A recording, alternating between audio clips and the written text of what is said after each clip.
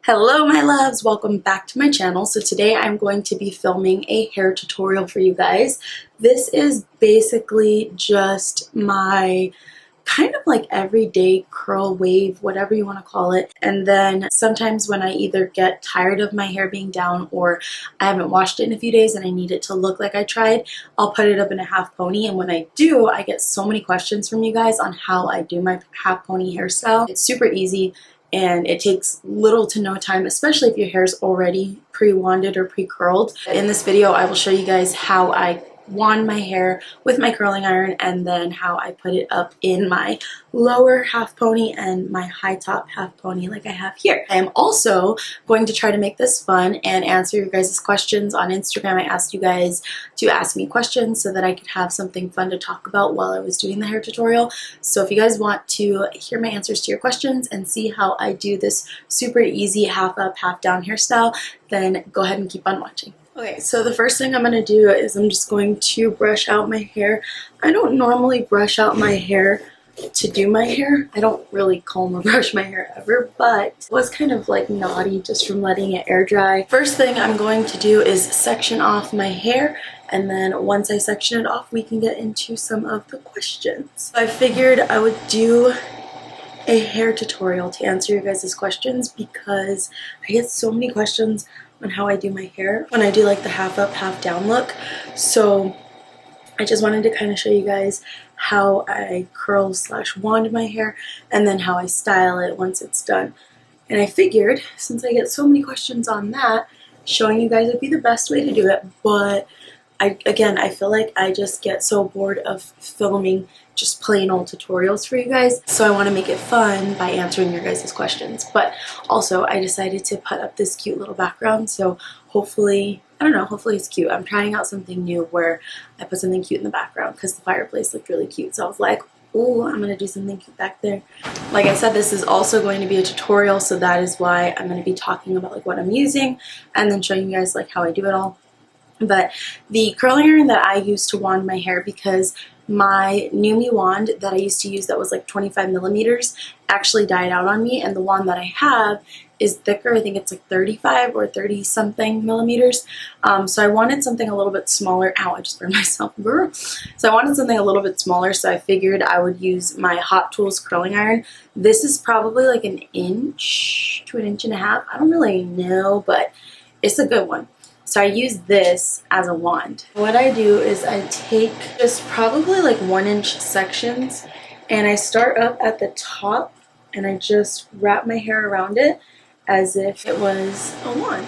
I just realized this is going to be much harder than I thought because I left my phone on the bed and I can't look at it because I'm using both my hands. When you let it go, it should look like that. And I just leave it super curly because I actually like to go in and comb it out.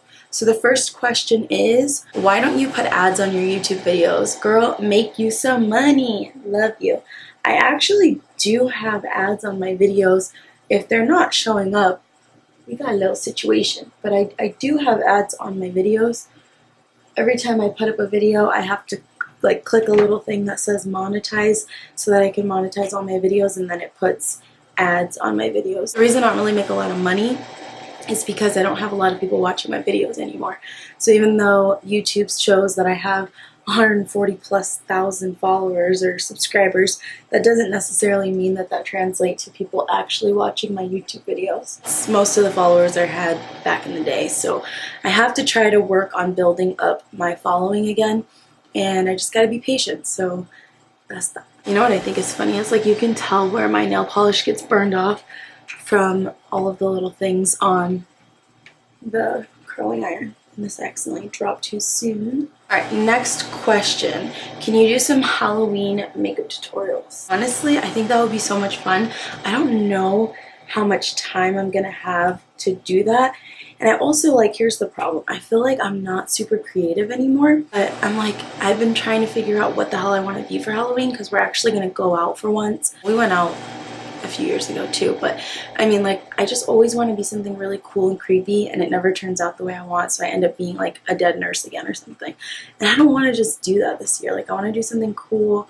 I don't know if we're gonna end up doing like couples costumes or if I'm just gonna like try to attempt to do something scary. Like, I don't know. If you guys have any recommendations of what I should be for Halloween, definitely leave them down below. Maybe I'll look up some makeup looks for Halloween and I'll see if there's any that I can kind of practice by doing a YouTube video for you guys. And guys, when I'm doing this, I kind of just keep it all the same way. You can rotate. Sometimes I'll go through and I'll rotate which direction I put it on the curling iron. Either I'll go this way, which is like on top, or sometimes I'll go underneath it, and then it'll kind of mix up the way your curls are so that they don't all stick together. Sometimes when you curl things out like this, they kind of stick together, so that's why I'm like, if you alternate which way you're curling, then you shouldn't have as many problems. Any OCD or pet peeves? Okay, so there are a few things that I do that I think are really weird. Or I don't even know if it's like OCD or pet peeve. I think it's just like I have this weird belief that I can't do certain stuff, like certain things. So when I was super little, I think I was like in kindergarten or preschool or something, they had given us snacks or lunch or something, and they had given us peaches. And you know, obviously, like when you're in school, you always get those little milk cartons. And so when I was little, I was like, oh, I love peaches, and I would eat the peaches and then I would drink my milk. And for some reason, one day I just got super sick. I started throwing up everywhere. They had to like call my parents to come pick me up because I was like puking all over the place. And legit from that moment on, I think I've just been completely traumatized, and I won't mix any kind of like acidic thing with milk. So if I'm doing like fruit, it's super acidic, you won't see me doing any kind of like ice cream or milk or any kind of like dairy based anything, which I think is so weird because so many people eat like peaches and cream, right? Like that's milk dairy based and then it's peaches. But for me, like I just traumatized myself and I would never ever do it again because I'm so grossed out. And then I feel like another like weird little thing that I do is I will, if I'm eating like Captain Crunch, I'll usually eat, unless I'm in a hurry. If I'm like in a hurry and I gotta get to work, like I'll just eat that shit. But if I'm not in a hurry and I'm just chilling and I'm eating Captain Crunch, I will always eat all of the little yellow things before I eat the berries. And then when I eat the berries, I eat the berries in colors. So I don't know. It's not all the time, like I said. It's only when I'm just like chilling and eating a bowl of Captain Crunch. Okay, here's one that I think is actually kind of weird, and people have told me that it's weird, but I'm just like, so what? So if I'm listening to music and I can see the volume, like I can see the numbers, it's not just like bars telling you how loud it is. If I can see the numbers, then I will always make sure that I do either an even number or anything that's in a multiple of 5. So for instance, if we're listening to music in the car and you have it on 23, I will be like, no, like let's turn it to 25, and if it's too loud at 25, let's just go to 20. Like I'm super weird about that. I don't know what it is, but it just bothers me so much if I can see it and it's not like an even number or it's not a multiple of 5. I don't know why I do that. It's super weird. Alright, so now I'm gonna go ahead and move on to this side of my hair. I feel like I probably have a little bit more that I can do on this side, but I'll do this part off camera. I just want to show you guys kind of how I do this side. It's the same process, you're just kind of switching around how you're holding the wand. What costume ideas do you have for Halloween? I feel like this kind of plays into the last one I had about doing Halloween tutorials. I have no idea. I was kind of thinking like I wanted to do maybe like Bride of Chucky and then have Cody be Chucky or something like that. I don't know, I just thought that'd be dope, and I really like the grungy dark makeup. And I feel like it would be super easy. But again, like I said, I always want to try to do something that's like scary or creepy. I feel like, you know, the Bride of Chucky and Chucky isn't super creepy. But that's mostly because like I don't get creeped out by that stuff, you know? So I don't know. We shall see. Is Sugar Keese your sister? Yes. Do you wear super maxi pads or super plus tampons? I actually don't wear pads ever. I haven't worn pads in such a long time. I can't even remember like when was the last time I wore them. I do sometimes wear like panty liners, you know what I'm saying, if it's like the beginning, the first 2 days, you know, when it's a little bit heavier. TMI for any dudes watching this, I'm sorry, my apologies, I'm just being real. But yeah, and then I do have super tampons, but not no super plus. Like that's a lot. I don't have that. So as you guys can see, like I'm just kind of going over on this side.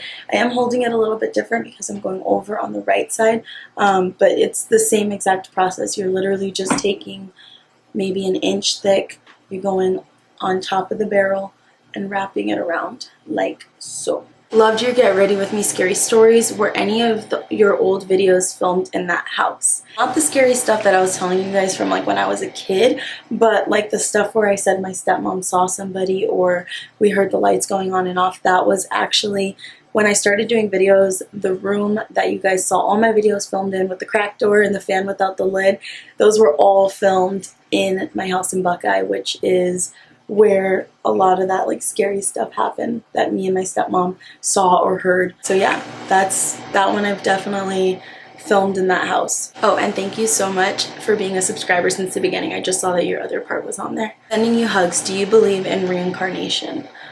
Honestly, I'm not 100% sure. Like, I think it's totally possible. But like I mentioned in one of my other videos, I'm kind of like a see it to believe it kind of person. And even though like I believe in energies in the universe and higher power, I still want to be able to see these things, you know what I mean, in order to kind of like validate the thoughts that I have. But yeah, I mean, I think, you know, who knows? Like, we're made up of so much energy, and who knows if our souls really just kind of like go away when we do, you know what I mean? Who knows if our souls get made into something else and we come back as something completely different. You know what's funny is I actually was looking at like the major stuff that happened the year, like the day that I was born, and it's so funny because they're like, oh, you were actually in your past life a man from Southeast Asia, and it was like telling me that I was I think I was like a farmer or something, I don't even know. And I was like, I could see myself being a man in the past life. How are you liking living here in California? I am definitely loving the weather. I was in Tucson this weekend. Actually did like a turnaround trip with my friend Jonathan. We went down there Friday night and came back Saturday. So it was really hot. I was like, everything's so hot. It's hot. And it was like 95 degrees. Like normally, if I was in Arizona, I would have been like, oh my god, like this is such a nice day, because I was used to like the 120-degree weather. But because I've been out here for the last 2 months, I feel like I've just kind of been spoiled with the amazing weather. And now I think anything that's like higher than like 80 something is too hot. I'm like such a crybaby. Other than that, like I'm really liking it. I like that there's like something to do all the time. The only thing that sucks is like I don't really get a lot of time to go and explore and do things, you know? I'm gonna finish curling off this bottom part so that I can start getting the top done for you guys, and then try to like run through the other questions quickly because we're already at like 16 minutes and I got a lot of hair. I have completed the bottom half, so now I'm going to just show you guys what I do for the top. It's literally the same process all over again, except I figure out if I want to wear it to the side that day or if I want to wear it split down the middle. Usually I do split down the middle. I don't know why. I'm just kind of into it lately. Just kind of figure out how you want to section off your hair, and then you're literally going to do the same thing when it comes to wanding it. Alright, so what was your favorite thing that you did in Seattle, considering moving there? Honestly, just being able to explore the city was just incredible. There's so many things to do out there. There's so many like touristy attractions, plus like, I don't know, I feel like I didn't even see half of what it has to offer, so I bet if you lived there you would be able to see like so much stuff, and it could be really fun. I think my favorite thing for my trip though, like that I got to see in person, was the Smith Tower. I thought that was so pretty. Like, Cody and I went up to the very top. We had some food up there, some drinks, and we just kind of like looked at the beautiful ass view. So that was really cool. It's probably one of my favorite things from my trip out there. If you do move out there, I hope you enjoy it. I hope it's everything you want it to be. I don't know if I could ever live where there's just so much rain and darkness all the time. What would your 3 wishes be if you found a genie in a bottle? That's tough. Honestly, I feel like, oh, this would be so hard. I think my first wish would be just wishing that like all of my family and friends had really good health. Obviously, like we're all gonna die one day, but I would hope that everybody got to live out a beautiful, long-lasting, healthy, happy life. So that would be one thing that I would do. I probably would also wish to talk to my loved ones that have passed one last time. I don't know if like bringing them back would make a huge difference, or if it would kind of like switch up the way the world goes. I don't know. So if I could just like talk to them one last time before they pass, like I would just have a day with them where I could just like chill, and like we'd eat food and just hang out and talk about all the good times, you know, one last time. And then the third wish would most likely be that I could just have unlimited supply of money so that I could pay off all of my debt, pay off all my family's debt. We could just be coasting. Like I wouldn't even have to work a job because I would just have so much money, and I could just go exploring the world and traveling and literally not have to worry about any of my school debt chilling on the back of my head. You know what I mean? Yeah, those would probably be my 3 wishes. Not a question, but I miss you. I miss you too, Bianca. I hope you're doing good. Hopefully one of the next times I'm in Arizona we can link up. Tips for getting a good job after college. Y'all, I feel like it's really hard out there to try to get a job, specifically in like your field, because most of the things that you're going to look at, they're going to require some years of experience. You know what I mean?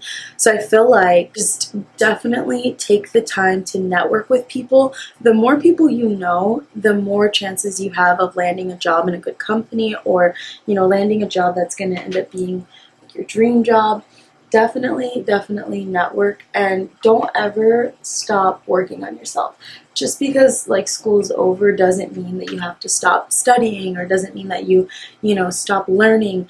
I think it's so important and so beneficial to continue on with trying to better yourself with knowledge, skill, everything. A huge part of me wishes that I wouldn't have gotten so lazy after school ended, because I've been out of school now for 3 years.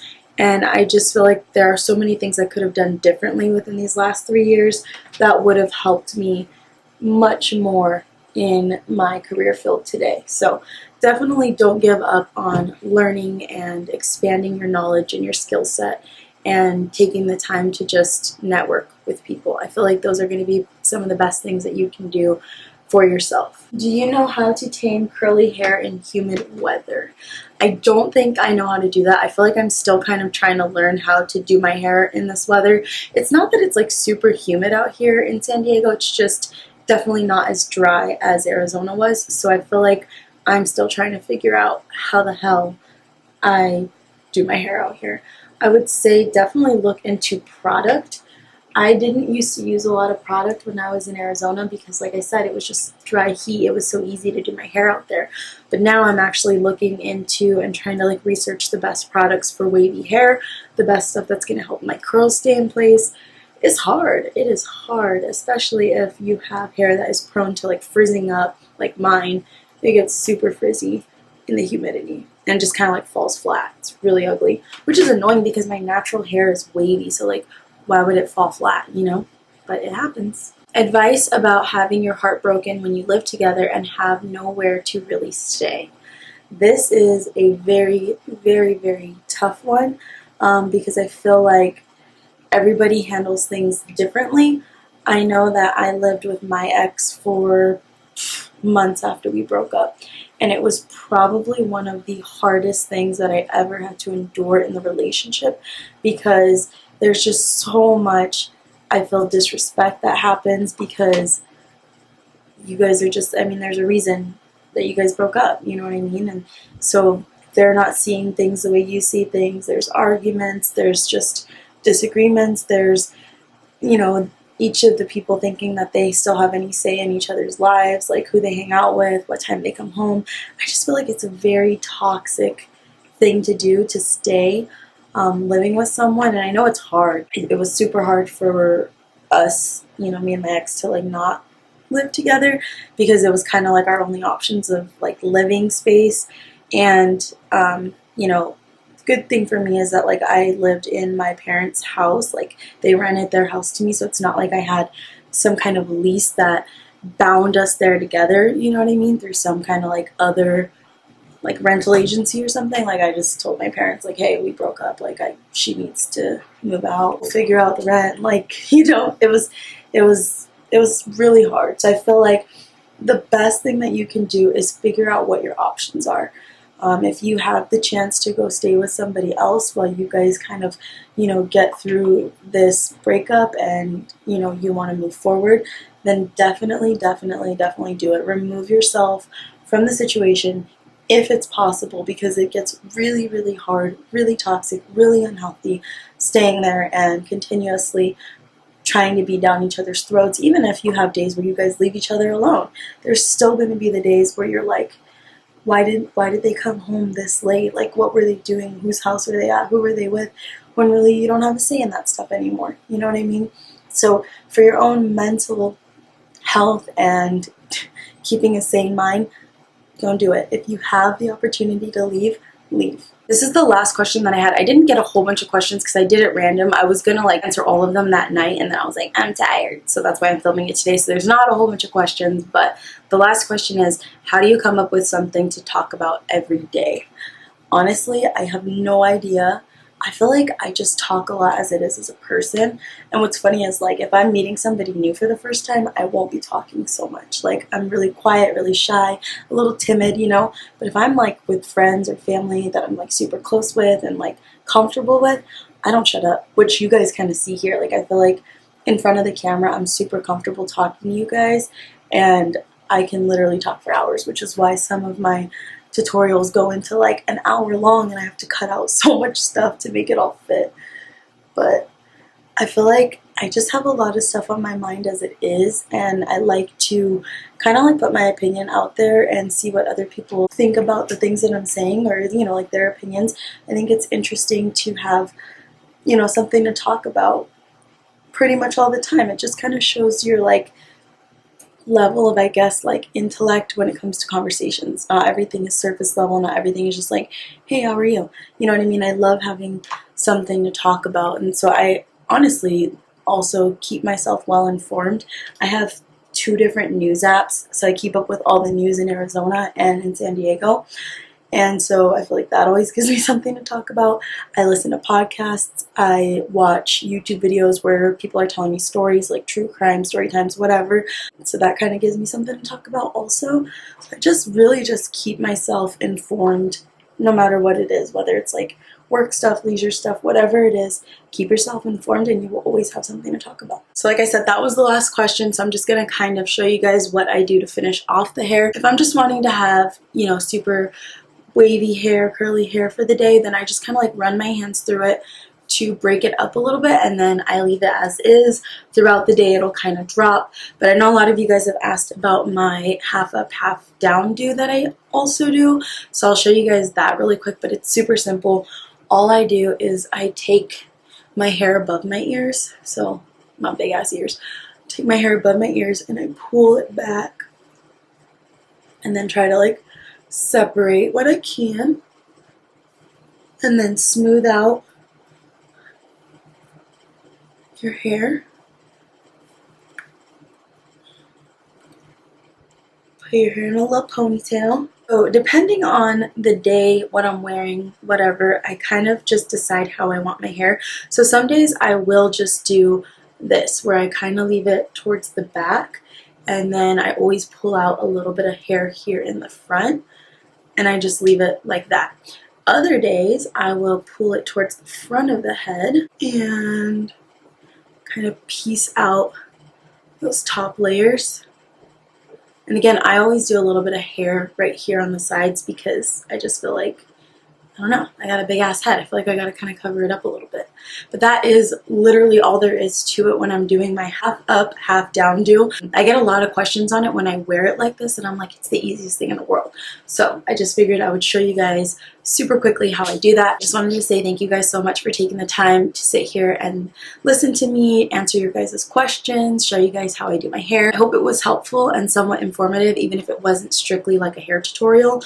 And I hope you guys enjoyed it. If you guys did, please give this video a huge thumbs up. You guys don't understand how much it means to me and how much it helps me to have you guys not only watching my videos, but liking and commenting on them. It helps me out. It helps YouTube see that I'm still relevant in some way, even if it's just to the few of you guys. So like I said, if you guys enjoyed it, please give it a huge thumbs up. It really does mean the world to me. You guys coming back every time I post means the freaking world to me. So thank you guys so much, and I will see you guys in the next video.